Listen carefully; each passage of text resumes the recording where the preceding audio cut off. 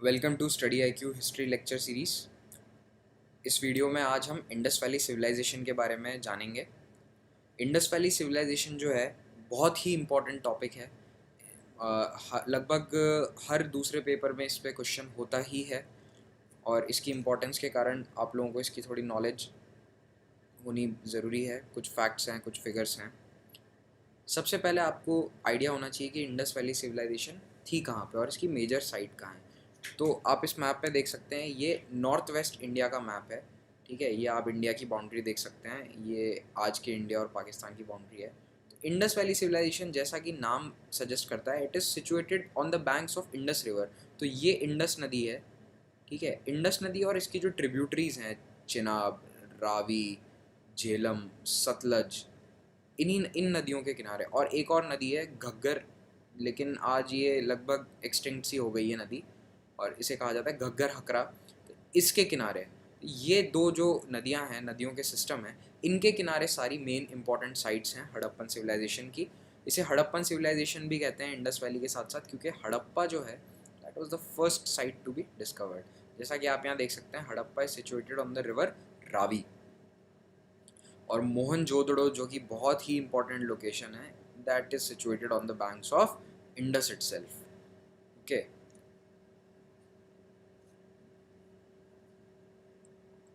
सबसे पहली चीज़ है इंडस वैली सिविलाइजेशन का टाइम पीरियड। तो देखिए, इंडस वैली सिविलाइजेशन का टाइम पीरियड रफली बताया जाता है 3300 बीसी से 1700 बीसी तक। इसमें अर्ली पीरियड था, मैच्योर पीरियड था और लेट पीरियड था, लेकिन ये ओवरऑल एक टाइम पीरियड है। ये इंडस वैली जो है एक ब्रॉन्ज एज का पार्ट है। इसे ब्रॉन्ज एज इसलिए कहा जाता है क्योंकि इसमें ब्रॉन्ज मेटल का इस्तेमाल हुआ था। याद रखने की चीज़ ये है कि अभी तक यहाँ आयरन डिस्कवर नहीं हुआ है, कहीं पे भी आयरन का इस्तेमाल नहीं होता है, सिर्फ ब्रॉन्ज की चीज़ें मिल पाई गई हैं, इसीलिए इसे ब्रॉन्ज एज कहते हैं। आपको मैंने बताया इंडस और उसकी ट्रिब्यूटरीज प्लस घग्गर रिवर के किनारे ये सिचुएटेड थी। इंडस वैली सिविलाइजेशन के लोग were mainly a trading society. Okay, they were not warriors, they were mainly traders. और एक बहुत ही इंपॉर्टेंट जो फीचर है इंडस वैली सिविलाइजेशन का, वो है उसकी टाउन प्लानिंग। ये आप देख सकते हैं, जैसे कि यहाँ फोटो में ये मोहनजोदड़ो है।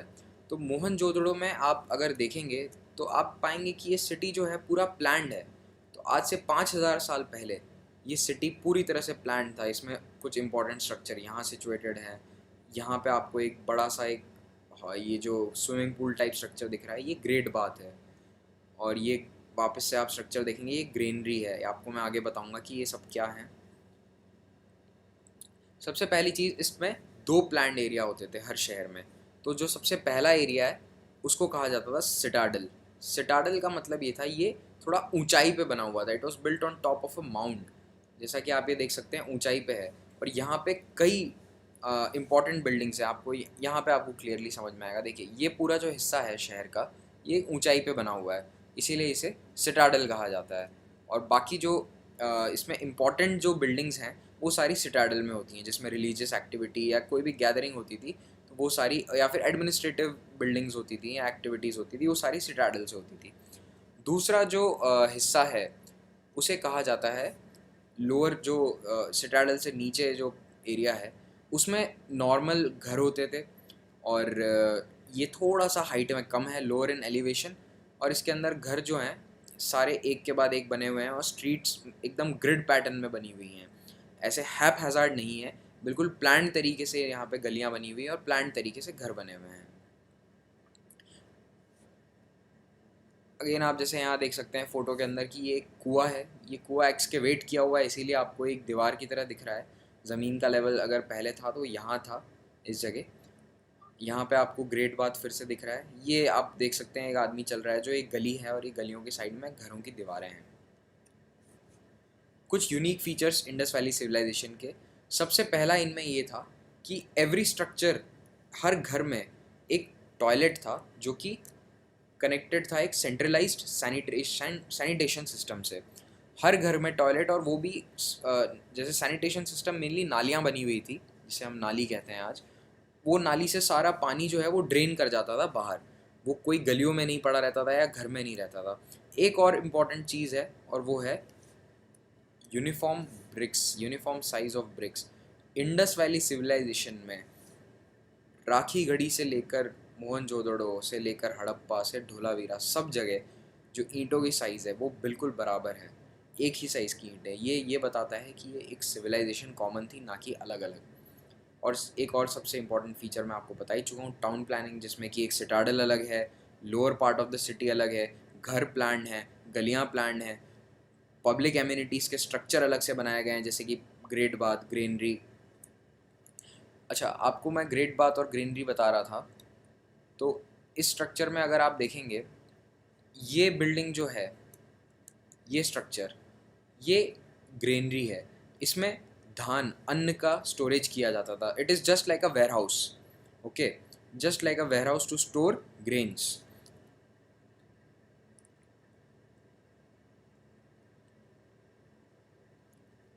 ये है हड़प्पा। वो जो स्ट्रक्चर्स आपको दिखाए थे मैंने, वो सब थे मोहनजोदड़ो के। ये हड़प्पा है। हड़प्पा के अंदर आप जैसे देख सकते हैं कि एक गेटवे था, जो आर्चवे टाइप एक गेट बना हुआ है उसमें एंटर होने का। और यहाँ से अगर आप देखेंगे तो पूरा सिटी जो है एक प्लान्ड है, एक पूरी तरह से। और ये आप अगर देखेंगे तो यहाँ ड्रेन्स बह रहा है, नाली बह रही है। ये आज का है, that is a reconstruction, artist का रिकन्स्ट्रक्शन है। हड़प्पा की जो ग्रेनरी है, वहाँ पे भी एक ग्रेनरी पाई गई है। ये ग्रेनरी की दीवारें हैं, जो ये आपको ये दिख रहे हैं, ये सब ग्रेनरी की दीवारों के निशानियाँ जो बची हुई हैं। यहाँ ग्रेनरी होती थी, कंपार्टमेंटलाइज करके ये लोग स्टोर करते थे। और ये आप यहाँ पे कुआं देख सकते हैं। तो ये शो करता है कि इनके पास काफ़ी सोफिस्टिकेटेड टेक्नोलॉजी थी। ये लोग टाउन प्लानिंग करते थे और कुएँ खोदते थे एग्रीकल्चर के लिए, पीने के पानी के लिए, अलग अलग चीज़ों के लिए। यहाँ पे आप देख सकते हैं ये हड़प्पन स्क्रिप्ट है, जो कि थैंकफुली आज दिन तक डिसाइफर नहीं हुई है। जिस दिन ये डिसाइफर हो गई उस दिन हमें और ज़्यादा हड़प्पा के बारे में पढ़ना पड़ेगा, आपको पढ़ना पड़ेगा। तो ये अब अच्छी बात है आपके लिए कि अभी तक ये स्क्रिप्ट डिसाइफर्ड नहीं है।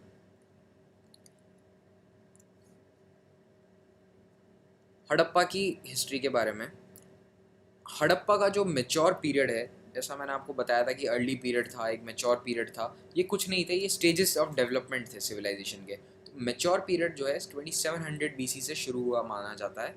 और हड़प्पा टाउन की एस्टैब्लिशमेंट अपने आप में 3300 BC में हो गई थी। फार्मिंग और एग्रीकल्चर वहाँ के मेन इकोनॉमिक एक्टिविटी थे, और इसके साथ साथ ट्रेडिंग भी थी। मेटल रिसोर्स जो हैं इस एरिया में थोड़े कम थे, इसलिए इन्हें ट्रेडिंग और फार्मिंग पे ज़्यादा रिलाय करना पड़ता था। ये ट्रेड किसके साथ करते थे? ट्रेड करते थे, ये व्यापार करते थे सुमेरियन सिविलाइजेशन के साथ। सुमेर क्या है? इराक। जो आज का इराक है, वहाँ पे एक सिविलाइजेशन थी। जैसे इंडिया में इंडस वैली सिविलाइजेशन थी, वैसे ही इराक में सुमेरियन सिविलाइजेशन थी। उनके साथ ये ट्रेड करते थे अरेबियन सी और पर्शियन गल्फ के थ्रू। ज़्यादातर जो आर्टिफैक्ट्स मिले हैं हड़प्पन सिविलाइजेशन में, they are all toys. They are like toys, जो खिलौने होते हैं बच्चों के, उस तरह के हैं, और एंटरटेनमेंट के ऑब्जेक्ट्स हैं। तो काफ़ी टाइम तक आर्कियोलॉजिस्ट ये सोचते रहे कि इंडस वैली सिविलाइजेशन में सिर्फ बच्चे रहते थे, लेकिन ऐसा नहीं है। आप देख सकते हैं ये एंटरटेनमेंट एडल्ट्स के लिए भी होता था। गेम, आप यहाँ पे बोर्ड गेम देख सकते हो, समथिंग लाइक अ चेस। इनका जो डिसोल्यूशन है, इंडस वैली सिविलाइजेशन का जो गायब होना है, इसका जो मिटना है, ये एक बहुत बड़ी मिस्ट्री है। इसके एग्जैक्ट कॉजेज़ हमें आज भी नहीं पता। बहुत सारे कॉजेज़ स्पेक्यूलेटेड हैं, लेकिन एक फाइनल कॉज नहीं पता है। अच्छा, यहाँ पे आपको कुछ चीज़ें दिखा रहा हूँ मैं, जो इंडस वैली सिविलाइजेशन में एक्सकेवेट करी गई हैं और इनकी बहुत इंपॉर्टेंस है। जिनमें पहली चीज़ है पशुपतिनाथ सील। ये जो है, ये पशुपतिनाथ है। अगर आप देखेंगे, इसमें एक आदमी है जिसके चारों तरफ पशु बैठे हैं, जो इसके तरफ बाव कर रहे हैं, या फिर इसकी ओर सब अपना इसकी ओर चेहरा करके इसके आगे नतमस्तक हैं। तो इसीलिए इन्हें कहा गया पशुपतिनाथ और लॉर्ड ऑफ एनिमल्स। फिर एक इम्पॉर्टेंट स्टैचू जो है वो है डांसिंग गर्ल स्टैचू। ये डांसिंग गर्ल स्टैचू है, ये ब्रॉन्ज कारीगरी का एक अद्भुत नमूना है। आज से 5000 साल पहले इतनी बारीकी के साथ काम करके इतना बारीक कारीगरी का नमूना बनाना वॉज कंसिडर्ड इम्पॉसिबल, बट इसकी डिस्कवरी के बाद इट इज़ कंसिडर्ड पॉसिबल। ये इतना सोफिस्टिकेटेड है कि कई सालों तक तो साइंटिस्ट को यकीन ही नहीं हुआ था, आर्कियोलॉजिस्ट को यकीन ही नहीं हुआ कि ये हड़प्पन टाइम पीरियड का है। उन्हें लगा कि ये हड़प्पा की जगह पे बाद में किसी ने, हज़ारों साल बाद किसी ने और ने बना के इसे वहाँ पे दफना दिया है, वहाँ पे आ गया किसी तरह से, but it is from that time period. फिर एक है प्रीस्ट का स्टैचू। ये जो आपको दिख रहे हैं बाबा, ये एक प्रीस्ट हैं, इन्हें कहा गया है प्रीस्ट कहा गया है क्योंकि इनकी आंखें बंद हैं और he is kind of meditating. ये प्रीस्ट स्टैचू है। फिर है हड़प्पन सील। ये जो आप देख रहे हैं ये सब हड़प्पन सील्स हैं। सील क्या थी, इनके यहाँ पे पैसा नहीं होता था, तो ये लोग ट्रांजैक्शन करने के लिए, का लेन देन करने के लिए सील इस्तेमाल करते थे। हर व्यापारी की एक फ़िक्स सील होती थी, अगर वो सील किसी चीज़ पे लगा देता था तो वो मोहर हो गई उसकी, तो उसकी मोहर से ट्रेड पॉसिबल होता था। हड़प्पा के जो लोग थे, मैंने आपको बताया उनका एग्रीकल्चर और ट्रेड उनकी मेन एक्टिविटी थी। इरिगेशन उनके लिए बहुत इंपॉर्टेंट था, पानी को चैनलाइज करते थे, उन्होंने सैनिटेशन सिस्टम बना रखा था, खेती के लिए इरिगेशन सिस्टम था, इंडस के पानी को चैनलाइज करते थे। पॉटरी और ज्वेलरी बहुत इंपॉर्टेंट है, जैसा कि आपने देखा कि पॉटरी में बहुत सारे छोटे छोटे ऑब्जेक्ट्स उन्हें मिले वहाँ पे जो खिलौने की तरह थे। इस तरह की कई पॉटरी और ज्वेलरी मिली है वहाँ पे। Houses were made of clay bricks, ये आपको मैं बता ही चुका हूँ। इनका रिलीजन जो है एक थोड़ा सा मिस्ट्री है इस पे, लेकिन ये कहा जाता है it was form of an animism and polytheism. Polytheism मतलब बहुत सारे भगवान की पूजा करते थे, एक की नहीं, और एनिमिज्म मतलब ये नेचर में बिलीव करते थे, मतलब इनके लिए भगवान जो है नेचर में एक कोई फॉर्म होता था, animistic form, in the form of nature, trees, wild life, इस सब की पूजा करते थे। दे वर्शिप मैनी गॉड्स, और ख़ास करके बुल या बैल, इसकी बहुत पूजा होती थी। जैसा कि आपने देखा सील्स पे भी बुल बना हुआ है, पशुपतिनाथ है वहाँ पे भी बुल है। बुल कई जगह मिला है आर्कियोलॉजी में, जब वहाँ पे खुदाई करी गई तो हर चीज़ में बुल के डिज़ाइन, बुल का एक इम्प्रिंट वहाँ पे मिला। इनमें ये स्पेक्यूलेट किया गया कि जो सोशल क्लास थी उसमें रूलिंग क्लास थी, और एक जो सिटाडल के अंदर रहती थी, जो ऊंचा वाला मैंने आपको बताया था सिटाडल वहाँ पे, और जो फार्मर्स और ट्रेडर्स हैं वो सिटाडल के बाहर जो नॉर्मल पार्ट ऑफ टाउन है उसमें रहा करते थे। इंडस वैली सिविलाइजेशन के ख़त्म होने के क्या कॉजेज़ हो सकते हैं? कई सारे कॉजेज़ स्पेक्यूलेट किए गए हैं, उनमें सबसे मेन ये करा गया है कि वहाँ पे फेमाइन आ गई थी, मतलब भुखमरी, हंगर, ड्रॉट, इसके कारण शहर पूरा बर्बाद हो गया, आबादी पूरी ख़त्म हो गई। इकोलॉजिकल फैक्टर्स सबसे ज़्यादा माने जाते हैं, सबसे ज़्यादा एक्सेप्टेंस इसी की है। नेचुरल डिज़ास्टर्स, वहाँ पे बार बार फ्लड आता था, इंडस नदी में आज भी फ्लड आता है बहुत, और वो फ्लड बहुत ख़तरनाक है। और भी स्पेकुलेशंस हैं जैसे कि अर्थक्वेक, वॉल्केनिक इरप्शंस और पीरियोडिक फ्लडिंग एक बहुत इंपॉर्टेंट रीज़न माना गया है। देखिए हर साल बहुत ज़्यादा बाढ़ नहीं आती, लेकिन हर साल एक छोटी सी फ्लडिंग ज़रूर होती है। तो ये पीरियोडिक फ्लडिंग जो है, इससे शहर इन्होंने छोड़ दिए, बार बार फ्लड होते रहे तो इनको नुकसान होता था, तो इन्होंने फाइनली सिटीज़ छोड़ दिया और ये कहीं चले गए। और लास्ट एक थियरी है आर्यन इन्वेजन थियरी, कि ये आर्यंस जो हैं ये सेंट्रल एशिया से आए और इन्होंने इंडस वैली सिविलाइजेशन को ख़त्म कर दिया और अपनी एक अलग सिविलाइजेशन बसाई जिसका नाम है Aryan civilization. That's all. Thank you so much for watching the video. If you want to watch more videos on history, want to get updates on general awareness, please subscribe to our YouTube channel.